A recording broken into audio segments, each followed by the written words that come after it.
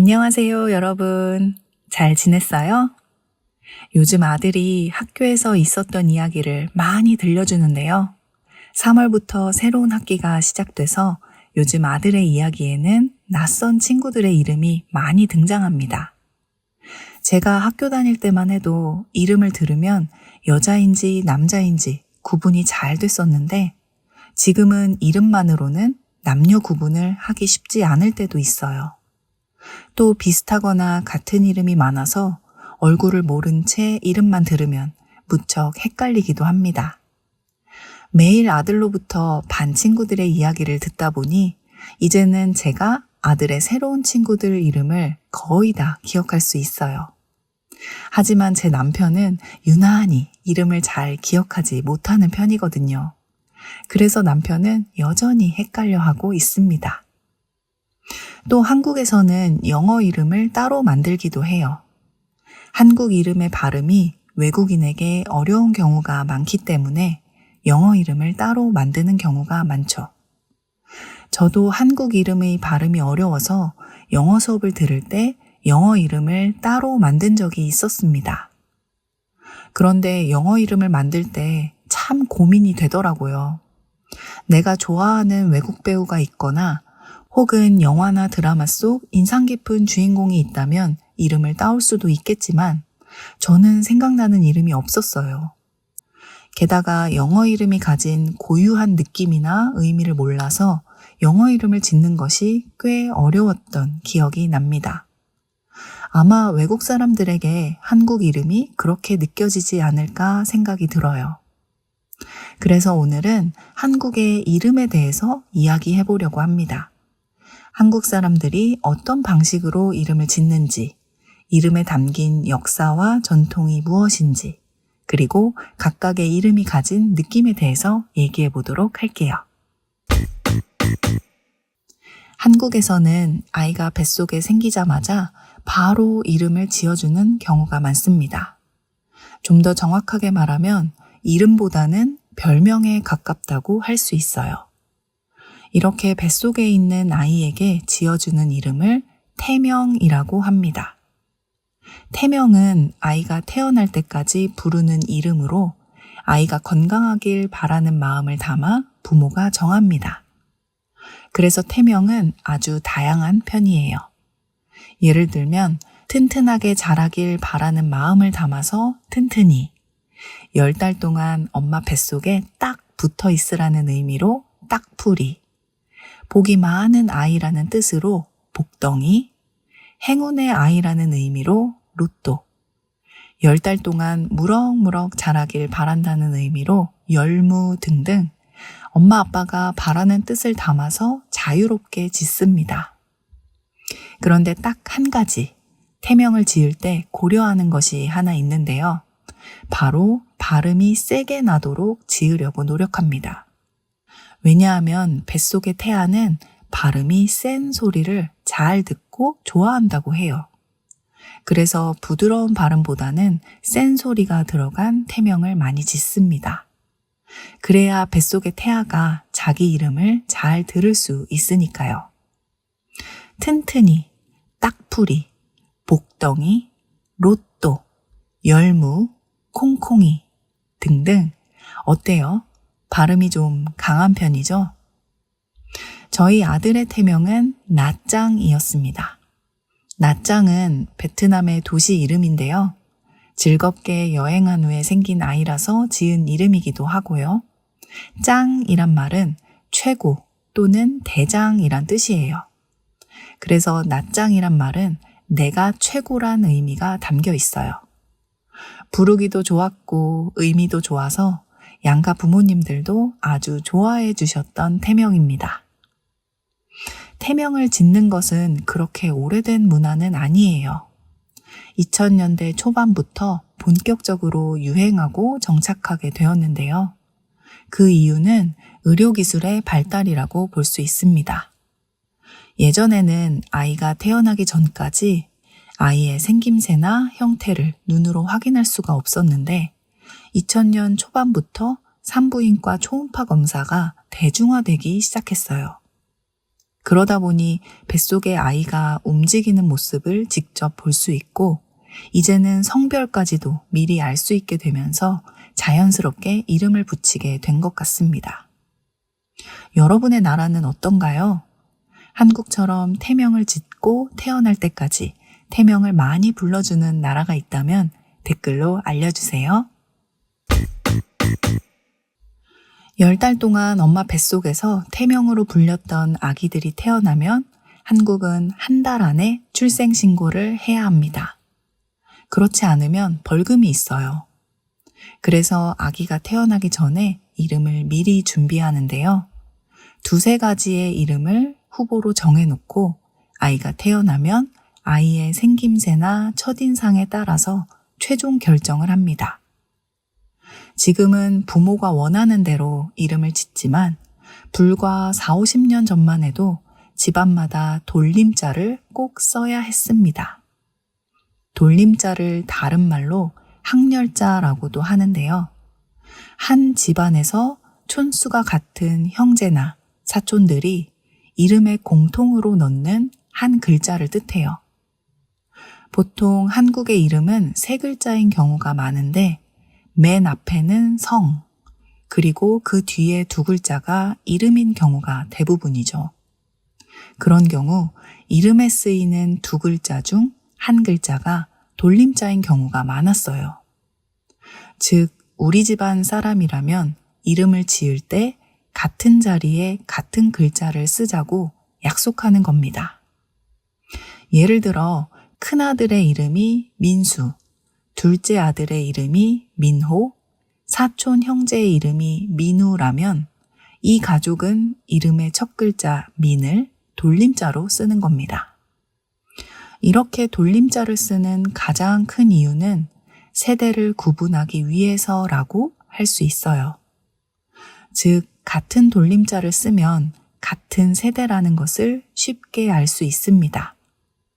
예를 들어 아버지 세대의 돌림자는 이름 마지막 글자의 식, 아들 세대는 이름 마지막 글자가 준, 손자 세대는 이름 첫 글자가 호라고 해봅시다.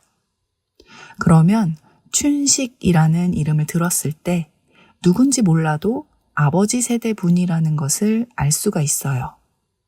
반대로 호진이라는 이름을 들으면 그 사람이 누군지 몰라도 손자 세대라는 것을 알 수가 있는 겁니다. 결국 세대 간의 위아래를 쉽게 구분하기 위한 방법이었다고 할 수 있어요. 이름만 들어도 누가 윗사람인지 누가 아랫사람인지 충분히 짐작할 수 있으니까요.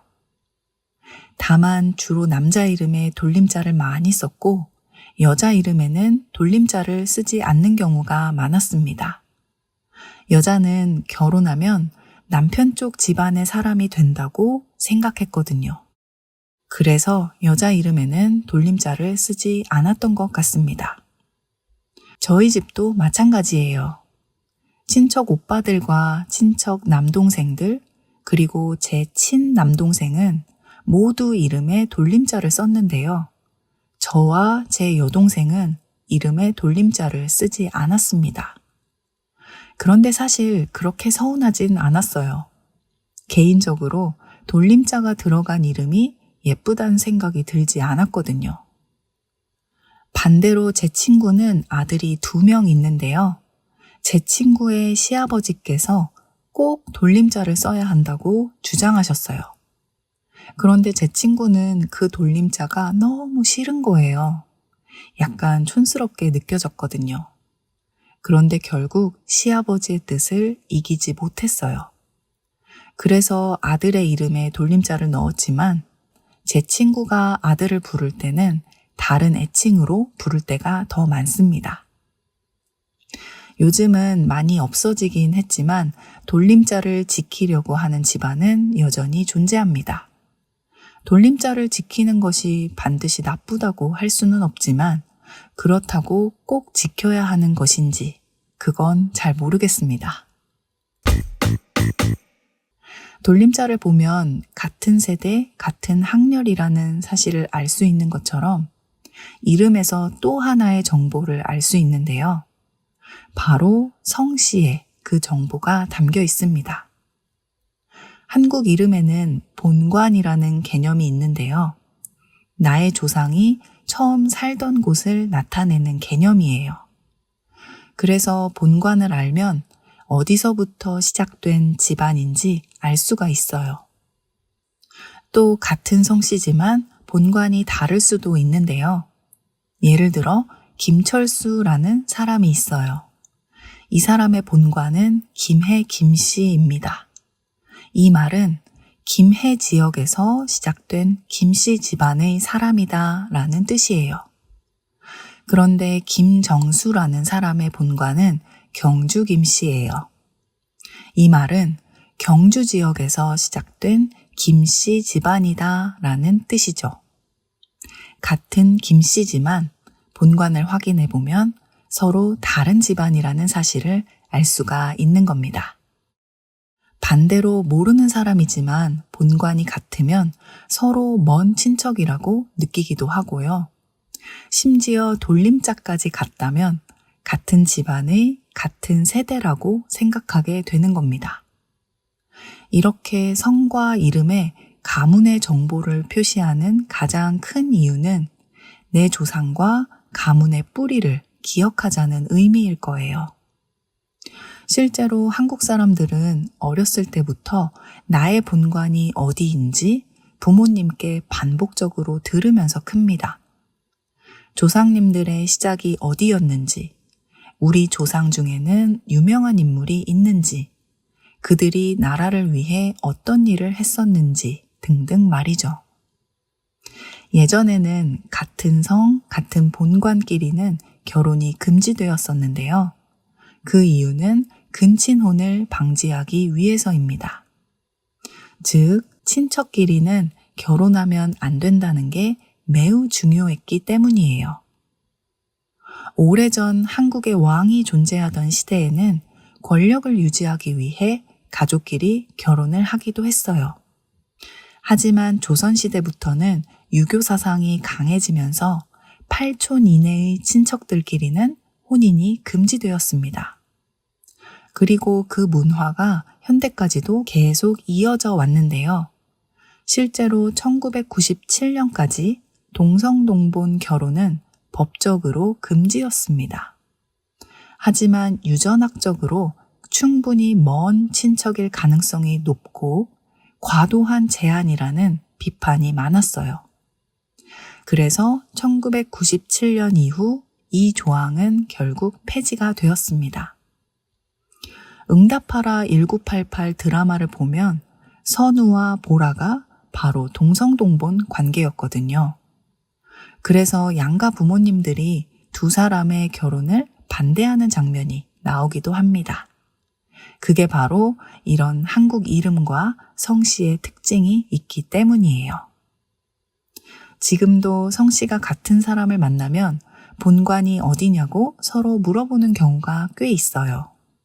그리고 본관이 같은 경우 먼 친척을 만난 것처럼 반가워합니다.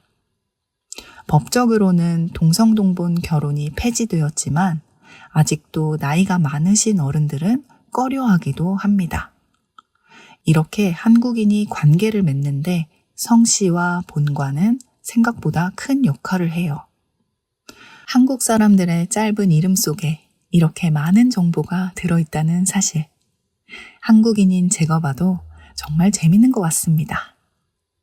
다른 나라처럼 한국 이름도 유행을 타는데요. 시대별로 유행하는 이름의 스타일이 조금씩 달라요. 자세한 내용이 궁금하시다면 멤버십 영상을 확인해 주세요. 한국의 유명한 시 중에 김춘수의 꽃이란 시가 있습니다. 그 시의 일부를 소개해 드릴게요.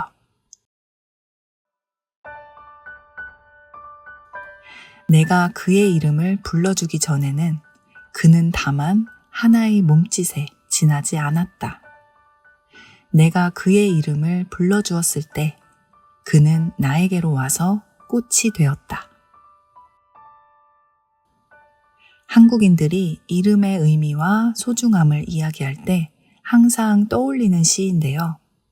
내가 어떤 대상의 이름을 불러주기 전에 그것은 아무것도 아니었지만 의미를 담아 이름을 불러주었을 때 그것은 나에게 아주 소중한 것이 되었다는 의미입니다.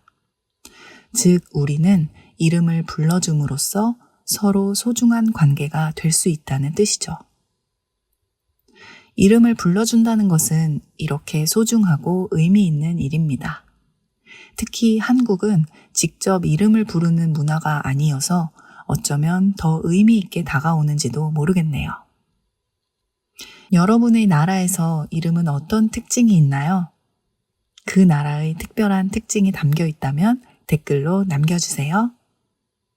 지금 케이진의 한국어 팟캐스트 멤버십에 가입하시면 멤버십 전용 영상을 보실 수 있고 이 영상의 한국어 스크립트 PDF 파일을 무료로 다운받으실 수 있습니다. 아래 링크를 통해 가입하실 수 있어요. 여러분의 적극적인 참여와 관심, 응원에 항상 감사드립니다. 오늘의 수다는 여기까지. 다음에 또 만나요. 안녕.